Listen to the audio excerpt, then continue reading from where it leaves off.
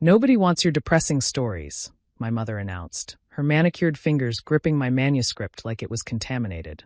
The 847 pages I'd spent 3 years writing hung precariously over her kitchen trash can, coffee grounds and eggshells waiting below. What she didn't know was that my agent Samira had already sent those exact pages to 14 publishers, and 12 had responded with offers in the past 72 hours. It was my sister Jennifer's birthday party, or rather, her twin's birthday party, because at the Walsh family gatherings, everything revolved around Jennifer and her perfect life. The backyard was decorated with elaborate balloon arches.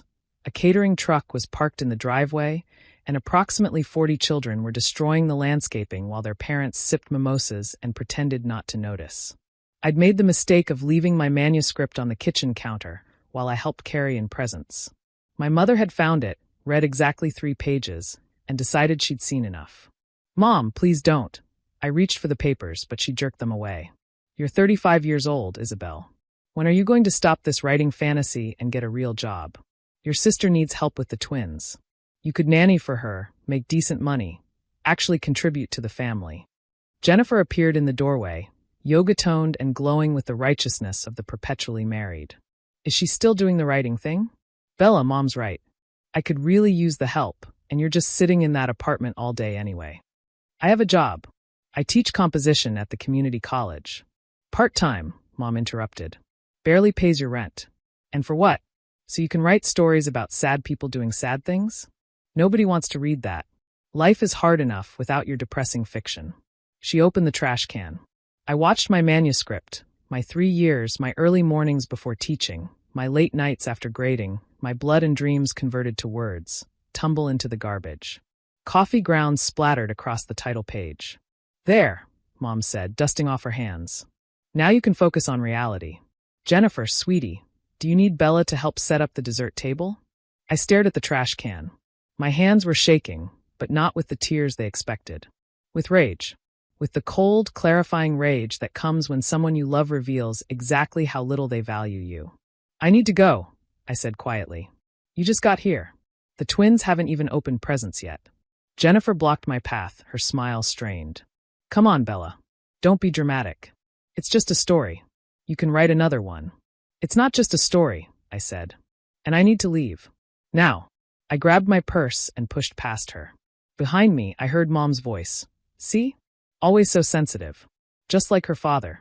I drove home to my tiny one-bedroom apartment, the one Mom considered evidence of my failure, and sat at my desk, staring at my laptop.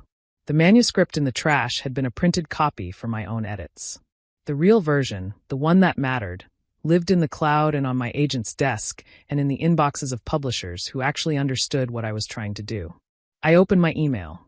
Samira had sent a message 2 hours ago. "Call me when you can. Big news." My hands still shaking, I dialed her number. "Isabel." Finally. Samira's voice vibrated with barely contained excitement. "Where have you been? I've been trying to reach you all afternoon." "Family thing. What's going on?" "What's going on is that we have 14 offers on the weight of ordinary days." 14. But one of them is, "Isabel, sit down." "Are you sitting down?" "I'm sitting. Oprah's people called. She read your manuscript in one sitting. Cried 3 times. Laughed twice. She wants it for her book club. And she wants to announce it herself, which means guaranteed bestseller status. The publisher attached to her endorsement is offering $22 million for a 3-book deal." The apartment went silent except for the hum of my refrigerator and the distant sound of traffic. $22 million. For my depressing stories about sad people doing sad things. "Isabel? Are you there? Did I lose you?" "I'm here," I whispered. "Did you say 22 million? 22 million. Plus Netflix already reached out about film rights. They want to adapt it into a limited series. That's separate money. Isabel, you're about to become very, very wealthy and very, very famous. Your life is about to change completely." I looked around my apartment, at my thrift store furniture, my shelves made from cinder blocks and planks, my single window that faced a brick wall. I thought about my mother's manicured hands throwing my work into the trash. About Jennifer's patronizing smile. About 35 years of being told I was wasting my time, chasing fantasies, refusing to face reality. "When do they need an answer?" I asked. "They'd like to move fast." Oprah wants to announce it in 3 weeks. Can you come to New York tomorrow? They want to meet you, discuss the vision for the trilogy, talk marketing strategy. I'll be there.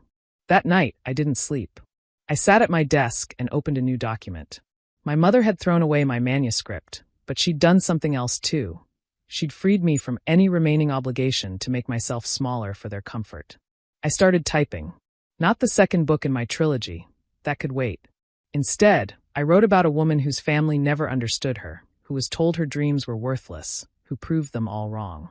I wrote until my hands cramped and the sun rose, and my phone alarm reminded me I had a morning class to teach. I called in sick. First time in 7 years. Then I booked a flight to New York. The publisher's office was everything my family thought I'd never deserve. Floor-to-ceiling windows, expensive art, people in designer clothes who took my work seriously. The meeting lasted 3 hours. They'd prepared a presentation about marketing strategy, publicity tours, international rights. They showed me mock-ups of book covers. They talked about my voice and my vision, with the kind of reverence my mother reserved for Jennifer's PDA involvement. When I signed the contract, my hands were steady. Samira took me to lunch afterward at a restaurant where the appetizers cost more than my weekly grocery budget. "How are you feeling?" she asked, studying my face. "Numb," I admitted. "This doesn't feel real." "It's real. The money hits your account in 30 days. You'll need to hire a financial advisor, a tax attorney, probably a personal assistant once the publicity machine starts. Your life is going to be chaotic for a while. My family doesn't know yet." Samira raised an eyebrow. "Are you going to tell them?" I thought about my manuscript in the trash, coffee grounds staining the title page. "Eventually, but not yet. Not until it's public. I want them to find out with everyone else." 3 weeks later, Oprah made the announcement on her morning show. I watched from my apartment as she held up my book, the cover design we'd chosen, my name printed in elegant serif font, and told her millions of viewers about the weight of ordinary days. "This book gutted me," Oprah said, her voice thick with emotion. "It's about a woman who loses everything but finds herself in the process. It's about the stories we tell ourselves, the families we're born into versus the families we choose, the courage it takes to be authentic in a world that wants you to be convenient." Isabel Walsh has written something extraordinary. My phone started ringing immediately. I ignored it, watching Oprah talk about themes and characters and the ending that made her sob. When the segment ended, I finally looked at my messages. 43 missed calls. 67 texts. My mother. Jennifer. Cousins I hadn't spoken to in years. Childhood friends. My department chair at the college. Everyone suddenly wanting to talk to me. The text from my mother was simple. "Call me immediately." I didn't. Instead, I called my lawyer. Yes, I had a lawyer now, and had him send a formal letter to my family's address. It outlined exactly what had happened. The book deal, the movie rights, the Oprah selection. It requested that all future communication go through my legal team. It was cold, professional, and deeply satisfying. Then I went to the college and resigned from my teaching position. My department chair tried to convince me to stay, offering a full-time position, better pay, fewer classes. I thanked her and declined. I had books to write, a trilogy to complete, a career that was just beginning. That evening, my doorbell rang. I checked the peephole. Jennifer, holding a bouquet of flowers and wearing what I called her serious conversation outfit. I opened the door but didn't invite her in. "Bella," she said, her smile brittle. "Congratulations. We saw Oprah. That's amazing. Mom is, well, she wants to talk to you. She didn't mean what she said about your writing. She was just worried about you. She threw my manuscript in the trash. She was having a bad day. You know how she gets. But she's proud of you now. We all are. This is incredible news. $22 million. You'll never have to work again." I leaned against my doorframe. "I've always worked. I'll continue working. Writing isn't a hobby I can quit once I have money. It's who I am." Of course, of course." Jennifer's smile grew more strained. "Look, Mom wanted me to ask. Well, you know the twins need college funds, and with this windfall, maybe you could help out the family? We've always been there for you." "Have you? What's that supposed to mean? When have you been there for me, Jennifer? Name one time you supported my writing. One time you read something I wrote. One time you defended me when Mom called my work worthless." She clutched the flowers tighter. "That's not fair. We were concerned about your financial stability. You were embarrassed by me. I was the weird sister who wasted her life on stories nobody wanted. Except people did want them. They just weren't you. Bella, please. We're family. You can't just cut us off because of one mistake. It wasn't one mistake. It was 35 years of being told I wasn't enough. That my dreams were worthless. That I should give up what I loved to make your life easier. I straightened up. I'm not cutting you off. But I'm also not pretending those years didn't happen. The flowers are a nice gesture, Jennifer. But they don't erase the trash can. I closed the door before she could respond. Over the next month, my family tried everything. My mother showed up at my apartment with tears and apologies, claiming she'd always believed in me, that she'd just been protecting me from disappointment. My father, who I barely heard from normally, called to say he'd kept every story I'd written as a child, that he'd always known I'd make it. Jennifer sent emails about family loyalty and forgiveness. Even distant relatives emerged from the woodwork, suddenly remembering how close we'd been. I responded to none of them. My lawyer handled the communications that required responses. For everything else, I let silence be my answer. Instead, I focused on my work. I rewrote the second book in my trilogy, incorporating everything I'd learned from my editor. I did interviews with journalists who wanted to know about my overnight success. Though I always corrected them that it wasn't overnight, it was 15 years of writing, rejection, persistence, and belief in my own voice. Netflix cast the lead for the adaptation. A-list actress, Oscar winner, someone who actually understood the character's complexity. We had script meetings where my input mattered, where people listened when I explained what the story meant. I was invited to be an executive producer. I said yes. 6 months after Oprah's announcement, The Weight of Ordinary Days hit shelves. It debuted at #1 on the New York Times bestseller list. Within 2 weeks, it had sold 3 million copies. Book clubs across the country were reading it. People were getting tattoos of quotes from it. It became one of those rare cultural moments where a book transcended publishing and became a genuine phenomenon. My mother sent flowers with a card. Always knew you had it in you. So proud. Love, Mom. I donated the flowers to a hospital and threw away the card.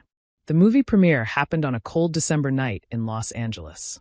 I walked the red carpet in a designer gown, custom-made, elegant and sophisticated, and nothing like the clearance rack clothes I'd worn to Jennifer's parties. Photographers shouted my name. Entertainment reporters asked about my inspiration, my writing process, my next project. This book is for everyone who's been told their dreams are worthless, I told one interviewer. For everyone who's been asked to make themselves smaller to make others comfortable. For everyone who kept creating anyway. The film was beautiful. The actress brought my character to life in ways I'd only imagined. The audience laughed in the right places and cried in the right places and gave a standing ovation when the credits rolled. Afterward, at the after-party, Oprah herself found me. You did it, she said, hugging me warmly. You told your truth and the world listened. Thank you, I managed, still starstruck despite everything. Thank you for believing in it. I didn't just believe in the book, she said. I believed in you. Keep writing, Isabel. Keep telling the truth. The world needs your voice. That night, back in my hotel room, a suite larger than my old apartment, I finally opened my laptop and read the emails I'd been avoiding. My mother had written again. Bella, I made a terrible mistake. I was wrong about your writing, wrong about your choices, wrong about everything. I'm watching the premiere coverage, seeing you succeed, and I'm so ashamed of how I treated you. Please call me. I need to apologize properly. I need you to forgive me. You're my daughter. We should share this success together. I read it twice. Then I wrote back. Mom, I appreciate that you recognize your mistake. But forgiveness isn't something you can demand, and success isn't something we share just because we're related. You threw my manuscript in the trash. You told me my dreams were worthless. You asked me to give up my passion to babysit Jennifer's children. Those weren't the actions of someone who believed in me. They were the actions of someone who wanted me to fit into your vision of what my life should be, regardless of what I wanted. I've spent my entire life trying to earn your approval. I'm done. I don't need your approval anymore. I have my own. I hope you're well. I hope you find peace with your choices. But I've moved on. Isabel. I hit send before I could second-guess myself. Then I opened a new document and started writing the third book in my trilogy. The one about coming home, about facing the past, about learning that some relationships can be healed and some can't, and having the wisdom to know the difference.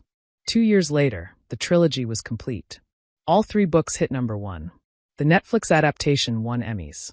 I'd bought a house, not a mansion, just a comfortable place with a dedicated writing room and a garden, and filled it with rescue dogs and comfortable furniture and books, so many books. I was at a literary festival, about to do a reading, when someone tapped my shoulder. I turned to find my father standing there, older than I remembered, uncertainty written across his face. "Bella," he said quietly, "I know I don't have the right to be here, but I wanted to tell you something. I read all 3 books. Every word. And I finally understand what you were trying to say all those years." I waited, letting him continue. "Your mother, she comes from a generation that didn't understand creative work. She was scared for you, scared you'd struggle, scared you'd fail. She expressed it badly. Cruelly, even. But it came from fear, not malice." "Fear doesn't excuse cruelty," I said. "No, it doesn't." He looked down at his hands. "I'm not here to make excuses for her or to ask you to reconcile. I'm here because I failed you too. I stood by and let her diminish your dreams. I told myself I was keeping the peace, but really, I was taking the easy road." "Yes," I agreed. "You were. I'm proud of you, Bella. Not because you're successful now, but because you never stopped being yourself, even when we wanted you to be someone else. That takes courage I never had." Something in my chest loosened slightly. Not forgiveness, not yet. But maybe the beginning of it. "Thank you for saying that," I said. "It matters." He nodded, starting to turn away, then paused. "Your mother won't admit this, but she has all 3 books. She keeps them on her nightstand. She tells her friends you were always talented, that she always knew you'd make it. It's revisionist history, but I think she believes it now." "Memory is flexible," I said. "We all rewrite our pasts to be more comfortable. Will you ever forgive her? Forgive us?" I considered the question seriously. "I don't know. Maybe someday. But Dad, forgiveness isn't the same as forgetting. And it doesn't mean going back to the way things were. I'm not that person anymore. I can't be. I understand." He squeezed my shoulder gently. "For what it's worth, I'm sorry. And I'm genuinely proud of who you've become." He left before I could respond. I stood there for a moment, processing the conversation, before heading backstage to prepare for my reading. That night, I read the final chapter of the 3rd book. The one where the protagonist realizes that some wounds heal and some don't, that family is complicated and love is imperfect, that you can honor your past without being imprisoned by it. The audience listened in rapt silence. When I finished, several people were crying. During the Q&A, someone asked, "Is this trilogy autobiographical?" I smiled. All fiction is autobiographical in some way. We write what we know, what we've survived, what we've learned. These books are about a woman finding her voice. Whether that's me or not, I'll let you decide. Later, back in my hotel room, I opened my laptop and found an email from my publisher. They wanted to know about my next project. Was I interested in a standalone novel? Another trilogy? Perhaps venturing into different genres? I stared at the blank document on my screen, cursor blinking with infinite possibility. Somewhere across the country, my mother kept my books on her nightstand, rewriting history to make herself the hero of my story. Somewhere, Jennifer was probably telling her friends that we'd always been close, that she'd always supported my dreams. Somewhere, my manuscript still existed in my memory, coffee grounds and all, a reminder of what I'd overcome. But here, in this moment, none of that mattered. What mattered was the blank page, the story waiting to be told, the words only I could write. I placed my fingers on the keyboard and began to type. Because that's what writers do. We take the trash, the pain, the rejection, the dismissal, and we transform it into something beautiful. We turn our wounds into words. We make art from the ashes. And nobody, not even the people who love us most, can throw that away.